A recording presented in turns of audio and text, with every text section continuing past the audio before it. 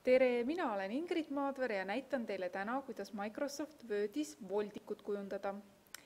Mul on juba lahti tehtud üks Microsoft Wordi dokument ja selleks, et voldikut teha, on siin tegelikult olemas mallid, nii et kui ma võtan fail ja uus, siis mulle pakutakse vaikimisi tühja dokumenti, aga kui ma valin siit brošüürid, nii teen selle kausta lahti, siis siin on näha, et siin on juba sellised voldiku mallid olemas. No ma valin näiteks selle voldiku malli, nii, teen topeltklõpsuga lahti ja mul on tegelikult juba see kujundus sellisel viisil olemas, mis koosneb 3 osast.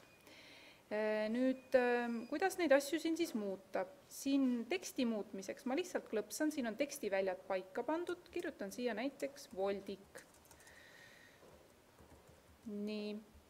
Ja siis siin, kus on need väiksemad tekstid, siin ma saan samamoodi neid asju muuta, vajadusel ka kustutada, et kui klõpsan siia peale, ei taha näiteks seda teksti välja saada, siis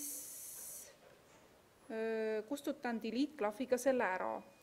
Samuti on võimalik siia teksti välju ka juurde panna, et kui ma valin siit lisa ja siit teksti välja, nii valin näiteks nüüd selle ülemise, selle esimese kohe, siis ma saan ta vajadusel, no näiteks kui ma tahan, et siin tagumise osa peal on ka midagi kirjutatud, saan panna siia ka teksti välja ja siia kirjutada, näiteks see on siis tagumine kaas.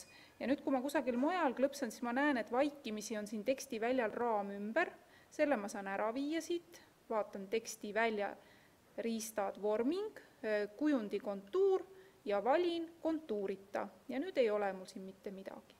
Ja nüüd need, mis siin vaikimisi on, sellised värvilised asjad, ma saan ka neid muuta, et kui ma lähen nüüd siia peale ja tahan näiteks kujundi täide, et see oleks hoopis näiteks punane,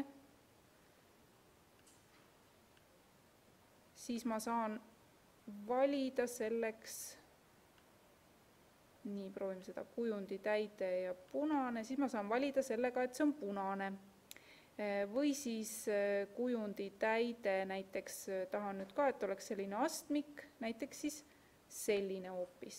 Nii. Et ma saan neid kõiki asju siin muuta. See oli, miks ma selle tausta nüüd ei saanud muuta, see oli nüüd tegelikult tekstiväli.